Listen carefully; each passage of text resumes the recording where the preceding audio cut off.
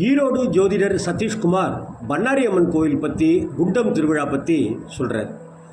ஈரோடு மாவட்டத்தில் ஒரு பழக்கம் இருக்குது. உங்களுக்கு குலதெய்வம் எதுன்னு தெரியலையா, பண்ணாரி மாரியம்மனை கும்பிடு, அதான் உன் குலதெய்வம் அப்படின்னு வழிபட ஆரம்பிச்சிடுவாங்க அந்த பகுதி மக்கள்.